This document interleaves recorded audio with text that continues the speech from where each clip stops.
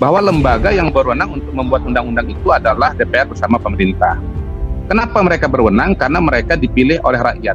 Jadi kalau kita bicara mandat politik, saya garis bawah ya, mandat politik dari rakyat, maka yang memiliki itu adalah lembaga legislatif dan lembaga eksekutif, bukan lembaga yudikatif. Terus terang menurut saya, kita ini udah bertahun-tahun, udah terlalu lama kebablasan. MK itu kalau bicara undang-undang dasar, fungsinya adalah untuk menguji undang-undang terhadap undang-undang dasar. Pilihannya cuma dua, gugatan itu atau yudisial permohonan itu diterima atau ditolak. Ya, kalau ditolak undang-undang tetap berjalan seperti yang sudah ada. Kalau diterima oleh Mahkamah Konstitusi, seharusnya Mahkamah Konstitusi mengembalikannya kepada DPR sebagai lembaga yang memang tugasnya adalah membuat undang-undang, kekuasaan untuk membuat undang-undang. Jangan menulis norma sendiri.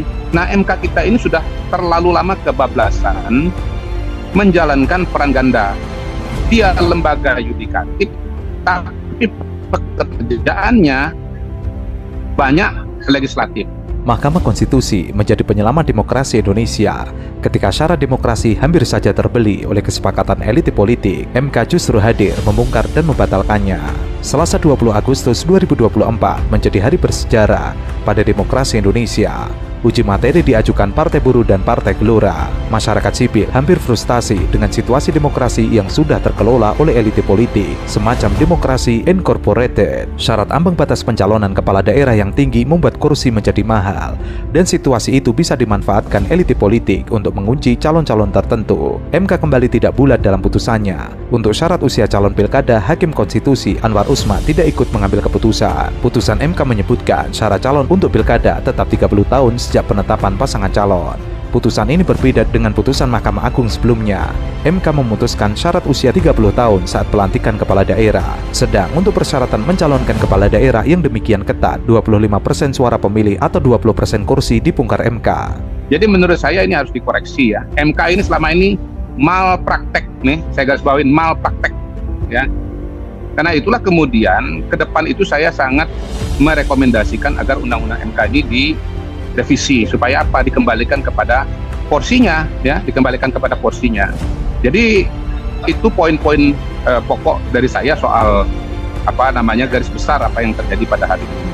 Nah, karena itu kemudian kalau kita bicara spesifik ya kepada rapat balik pada hari ini yang akan disusul dengan rapat paripurna besok, ini adalah wewenang, wilayah dan bagian dari DPR untuk membuat undang-undang.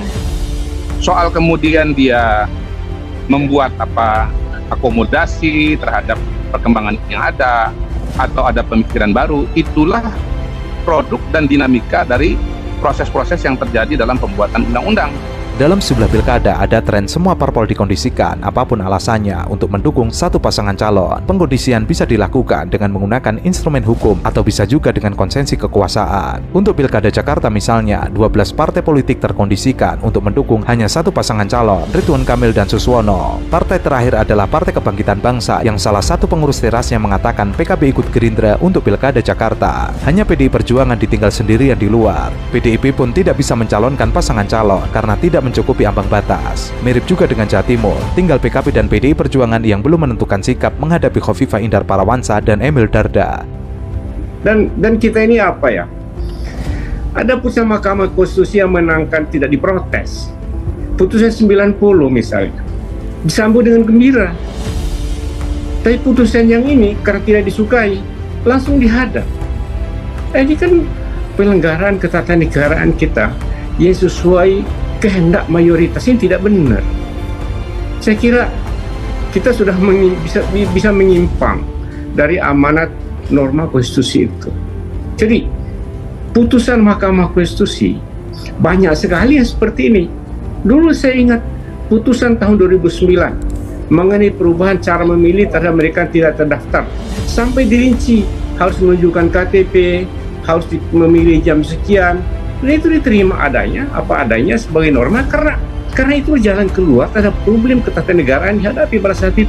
Ini bukan satu dua, ada ratusan putusan Mahkamah Konstitusi yang menyelamatkan pelaksanaan demokrasi kita, pelaksanaan hukum kita, sehingga tidak kebablasan. Kondisi serupa di Banten, calon populer Golkar, Airin Rahmi Daini masih belum pasti maju karena koalisi yang dibangun Gerindra mengusung Andra Soni dan Dimyati Natakusuma. Peta politik Jakarta, Banten, Jawa Barat, Jawa Tengah, Jawa Timur dipastikan berubah menyusul putusan fenomenal Mahkamah Konstitusi yang membongkar politik ambang batas. Ridwan Kamil yang sebenarnya populer di Jawa Barat, namun elit politik mendorong Ridwan Kamil maju di Jakarta dan Deddy Mulyadi Gerindra maju di Jawa Barat. Artinya kalau keputusan MK ini diberlakukan, maka kemudian di Jakarta misalnya PDI Perjuangan bisa mengajukan calon karena syaratnya kan 7,5%. Ya. Sementara perolehan suara PDI Perjuangan seingat saya sekitar 14% ya, Bung Ciko ya. Otomatis bisa, dan karena itu sangat menarik untuk menunggu apakah PDI Perjuangan akan mengajukan Anies Baswedan atau Ahok atau misalnya nama-nama yang lain. Kalau saya sih berharap jangan Anies, Ahok lah. Kenapa? Hah? Kenapa jangan Anies? Karena Ahok kader PDI Perjuangan, sementara Anies bukan. Jelas toh? Toh elo-elo. Oke, baik. Ya, jadi menurut saya mulai hari ini dengan keluarnya keputusan MK itu berhentilah DPP PDI Perjuangan untuk menyebut nama Anies. Iya, kenapa? Jelas-jelas bukan kader dia. Ngapain dia sebut-sebut nama Anies? Sementara dia udah bisa maju sendirian. Lain kalau PDI Perjuangan nggak bisa maju sendiri. Setuju atau tidak, mahasiswa? Nah itu. Konsultan politik M. Kodari meminta Partai Demokrasi Indonesia Perjuangan agar tidak mengusung Anies Baswedan dalam Pilgub DKI Jakarta karena menurutnya PDIP memiliki kader yang mumpuni untuk maju di Pilgub DKI Jakarta. Sebut saja Basuki Cahayapurnama hingga Tri Risma hari ini. Ia juga meminta agar DPP PDI Perjuangan tidak lagi menyebut nama Anies Baswedan agar elektabilitas Anies Baswedan tidak terus naik tinggi. Bisa nggak nambahin? Ini bukan menjaga Kodari, tapi menambahi. Untuk pertama kalinya saya nambahin Kodari. Saya berharap juga itu yang Kim Plus Ya. kan terbuka kemungkinan mengajukan calon sendiri kan, kader sendiri. PAN mengajukan Zita Anjani, ya kan? Kemudian Demokrat mengajukan siapa? Kemudian PKS mengajukan siapa? Indah pertarungan di Jakarta. Kalau mau konsisten, mungkin benar nggak, Bro Kodari? Enggak, terpaksa saya bantah. Karena gini, koalisi Indonesia Kalau orang Palembang bilang lemak di diri nggak enak diurang. Jadi begini, jadi pencalonan itu kan ada unsur kualitatif. Coba kita tanya Mas Yo dulu. Ada. Hei, hamba-hambaku setuju nggak? Setuju juga. Setuju.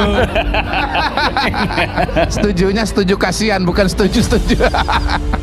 Mendengar pernyataan dari M. Kodari, Refli Harun langsung menimpali. Ia mengatakan seharusnya Kim juga bubar saja dan mengusung calonnya masing-masing. Seperti PAN, PKB, PKS, hingga Gerindra harusnya mengusung calon sendiri, tidak perlu bergabung lagi. Namun Kodari tidak setuju dengan pernyataan Refli Harun tersebut. Jadi gini, kan mengajukan calon itu kan ada dua pertimbangan besar. Pertama kuantitatif, hasil survei, kemudian kualitatif. Nah, kalau bicara kualitatifnya, PDI Perjuangan ini beda dengan partai-partai yang ada di Kim Plus. Kalau Kim Plus ini mau bergabung dalam pemerintahan nasional. Nah, sementara PDI Perjuangan kan enggak gitu. Sehingga PDI Perjuangan tetap maju dengan calonnya sendiri.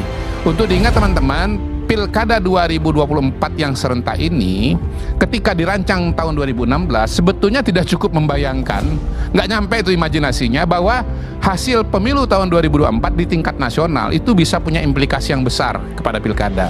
Jadi pencalonan pilkada itu ternyata terkait dengan apakah partai politik mau masuk dalam kabinet yang ke depan atau tidak gitu.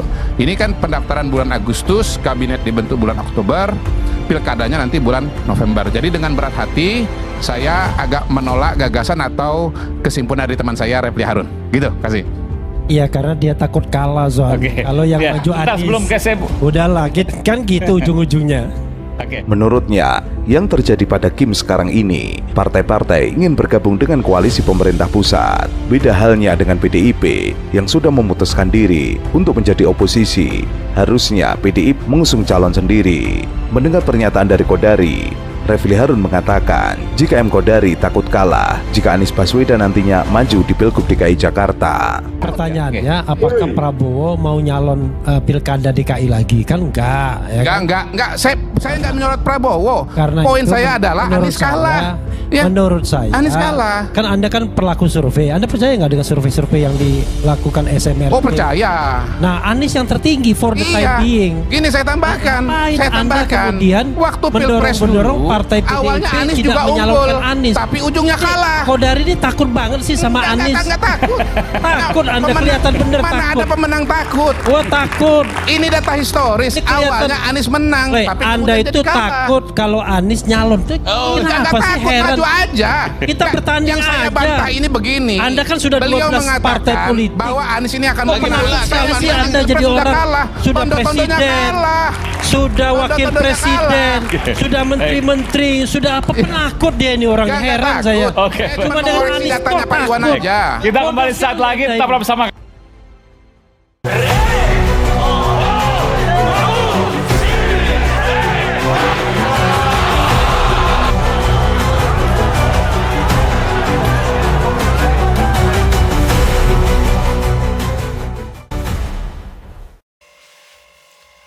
M. Kodari, pendukung berat Presiden Jokowi. Apapun yang dikatakan oleh Presiden Jokowi selalu benar dan tidak pernah salah. Itulah pendukung yang fanatik. Demi mendapatkan jabatan juga. Itu mereka rela membenarkan sesuatu yang salah.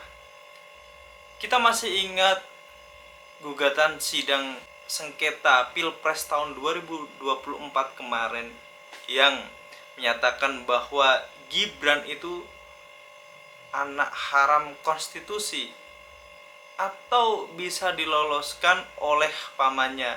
Ini sangat jelas nepotisme. Karena tanpa adanya paman, Gibran bukan siapa-siapa yang bisa maju mendampingi Prabowo Subianto. Namun putusan itu dikatakan atau dinyatakan secara langsung oleh Presiden Jokowi bahwa putusan Mahkamah Konstitusi adalah final and binding, final dan mengikat, tidak bisa diganggu gugat lagi. Artinya mau tidak mau para lawan akhirnya sudah mengakui apapun yang terjadi, meskipun di situ sangat jelas KPU mengakui adanya pelanggaran di sidang DKPP. Namun di putusan Mahkamah Agung yang sebelumnya bisa meloloskan Kaisang Pangarep untuk bisa maju mencalonkan menjadi cagup di Jateng atau di DKJ. Ini membuktikan bahwa Presiden Jokowi amat sangat haus akan kekuasaan. Di dalam kasus-kasus yang menjerat Presiden Jokowi ini, Presiden Jokowi rela untuk bagaimana menyelamatkan dirinya. Salah satunya mengambil alih Partai Golkar, partai terbesar ketiga setelah PDIP, Gerindra, dan Golkar. Dan sangat jelas pernyataan dari Bahlil Lahadalia. Bahlil menyatakan bahwa Jokowi Raja Jawa. Hati-hati dengan Raja Jawa, bisa celaka. Apa konotasi dari pernyataan yang disampaikan oleh Bahlil Lahadalia ini? Nampaknya ada sesuatu yang membahayakan ketika menghadapi atau berlawanan dengan Raja Jawa ini. Yang dimaksud adalah siapa? Apakah Presiden Jokowi? Karena presiden kita berasal dari Jawa, yaitu Solo, yang amat haus dengan kekuasaan. Semua anak-anaknya dicarikan lapangan kerja, meskipun janji-janji 10 juta lapangan kerja juga tidak pernah dipenuhi. Ini membuktikan bahwa memang bapak yang baik adalah bapak yang bisa menyelamatkan anak-anaknya meskipun rakyatnya menderita. Di mana-mana demo menolak anulir dari balik badan legislasi yang menganulir putusan Mahkamah Konstitusi yang bagaimana Kaisang Pangarep ini tidak bisa mencalonkan karena saat pendaftarannya umurnya masih belum mencapai 30 tahun.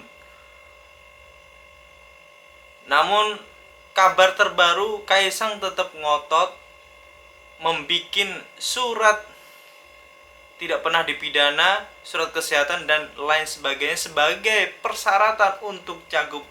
Apakah ini benar akan diteruskan atau ada upaya atau strategi lain dari rezim Jokowi yang benar-benar di sisa akhir masa jabatannya untuk bisa memuluskan anak-anaknya untuk menjadi gubernur, wakil presiden, gubernur Sumatera Utara, dan lain sebagainya. Yang penting Presiden Jokowi bisa aman dengan mendapatkan partai dan anak-anaknya bisa dapat kerja yang nyaman. Sekian dari saya. Assalamualaikum warahmatullahi wabarakatuh.